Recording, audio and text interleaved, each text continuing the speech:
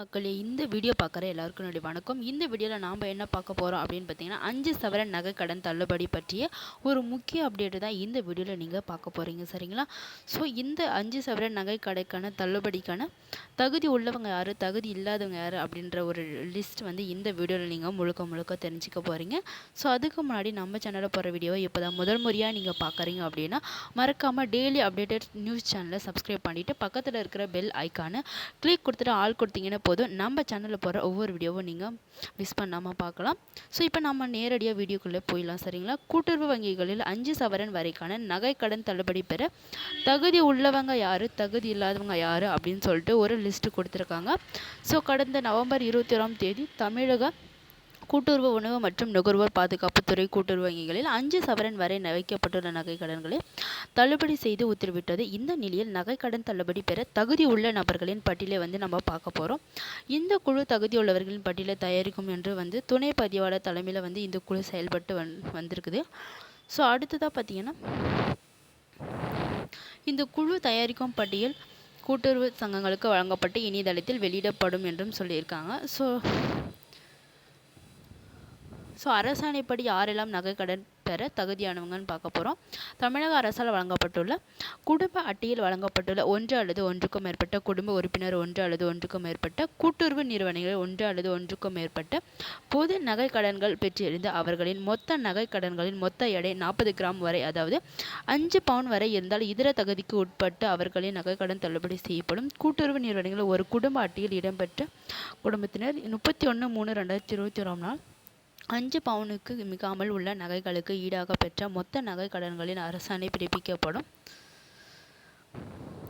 நாள் வரை நிலுவையில் உள்ள தொகை பகுதியாக செலுத்தியது நீங்களாக மீதம் உள்ள போது நகை கடன்கள் மட்டுமே தள்ளுபடி செய்யப்படும். பொது நகை கடன்கள் பெறுவதற்கு இறுதி நாளாக நிர்ணயிக்கப்பட்ட 31/3/2020 வரை தகுதி பெற்ற கடன்தாரர் மற்றும் அவரது குடும்பத்தினர் பெற்ற நகை கடன்களை கணக்கில் அவர்கள் பகுதியாக செலுத்தியிருப்பின் அவ்வாறு பகுதியாக செலுத்திய நிலுவைத் தொகை நீங்களாக மீதம் நிலுவையில் இருந்த தொகை அசல் வட்டி அபராத வட்டி இதர செலவினங்கள் ஏதேனும் இருப்பின் மட்டும் தள்ளுபடிக்கு எடுத்துக்கொள்ளப்படும். 31/3/2021 தேதியில் தகுதி பெற்ற கடன்தாரர் மற்றும் அவர்தம் குடும்பத்தினர் பெற்ற நகை கடன்களின் கணக்கில் நிலுவை இருந்து அதன் பின்னர் அரசாணை வெளியிடப்படும் நாள் வரை கடன் நிலுவைத் தொகை பகுதியாக செலுத்தப்பட்டிருந்தால் அவ்வாறு செலுத்தப்பட்ட தொகை நீங்களாக எஞ்சிய கடன் நிலுவைத் தொகை மட்டுமே தள்ளுபடியில் இடம்பெற வேண்டும். தமிழக அரசால் வழங்கப்பட்ட குடும்ப அட்டை ஆதார் எண் விவரங்களை சரியாக அளித்தவர்களுக்கு மட்டுமே நகை கடன் தள்ளுபடி வழங்கப்படும். மறுவாழ்வு முகாம்களில் வசிக்கும் இலங்கை தமிழர்களுக்கு நகை கடன் தள்ளுபடி வழங்கப்படும். தமிழக அரசின் குடும்ப ஓய்வூதியதாரர்கள் நகை கடன் தள்ளுபடி பெற தகுதியானவர்கள். தற்போது வரை செல்லுபடியாகக்கூடிய குடும்ப அட்டை வைத்துள்ள நகை கடன்தாரர்கள் தள்ளுபடி பெற தகுதியானவர்கள். ஸோ அடுத்தது நகை கடன் பெற தகுதியில்லாத நபர்கள் பார்க்க போகிறோம். தமிழக அரசால் வழங்கப்பட்டுள்ள குடும்ப அட்டையில் வழங்கப்பட்டுள்ள 1 அல்லது 1க்கு மேற்பட்ட குடும்ப உறுப்பினர்கள் 1 அல்லது 1க்கும் மேற்பட்ட கூட்டுறவு நிறுவனங்கள் 1 அல்லது 1க்கும் மேற்பட்ட பொது நகை கடன்கள் பெற்றிருந்து அவர்களின் மொத்த நகை கடன்களின்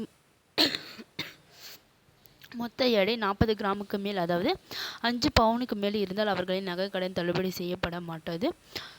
31/3/2021 நாளுக்கு பிறகு நகை கடன் பெற்றவர்களுக்கு தள்ளுபடி செய்யப்படாது. குடும்ப அட்டை எண்ணை வழங்காதவர்கள் மற்றும் தவறாக வழங்கியவர்களுக்கு நகை கடன் தள்ளுபடி கிடையாது. ஆதார் எண்ணை வழங்காதவர்கள் மற்றும் தவறாக வழங்கியவர்களுக்கும் தள்ளுபடி கிடையாது. கூட்டுறவு சங்கங்களில் பணியாற்றும் ஊழியர்கள் மற்றும் அவர்தம் குடும்பத்தினர் கூட்டுறவு சங்கங்களில் உள்ள நிர்வாக குழு உறுப்பினர் மற்றும் அவர்தம் குடும்பத்தினருக்கு நகை கடன் கிடையாது.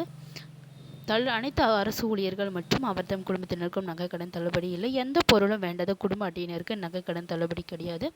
2021ஆம் ஆண்டு பயிர்க்கடன் தள்ளுபடி பெற்றவர்கள் மற்றும் குடும்ப அட்டையின்படி இடம்பெற்றுள்ள அவர்தம் குடும்பத்தினருக்கு நகை கடன் தள்ளுபடி இல்லை.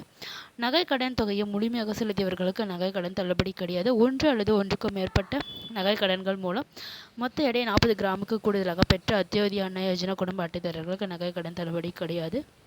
நகைகளே இல்லாமல் ஏற்றவிலையில் வழங்கப்பட்ட நகை கடன்களுக்கு தள்ளுபடி இல்லை. போலி நகைகளுக்கு வழங்கப்பட்ட நகை கடன்களுக்கு தள்ளுபடி கிடையாது. சுய விருப்பத்தின் பேர் நகை கடன் பெற விருப்பமில்லாதவர்கள் படிவம் 3இல் உறுதிமொழி சான்று தர வேண்டும். தமிழக அரசால் வழங்கப்பட்ட குடும்ப அட்டை இல்லாமல் ஆந்திரா, கேரளா, தெலுங்கானா, புதுச்சேரி உள்ளிட்ட மாநிலங்களைச் சேர்ந்த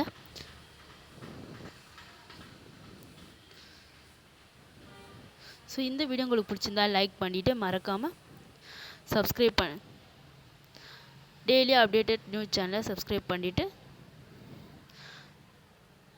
அடுத்த வீடியோ நம்ம சந்திக்கலாம் மக்களே. தேங்க்யூ.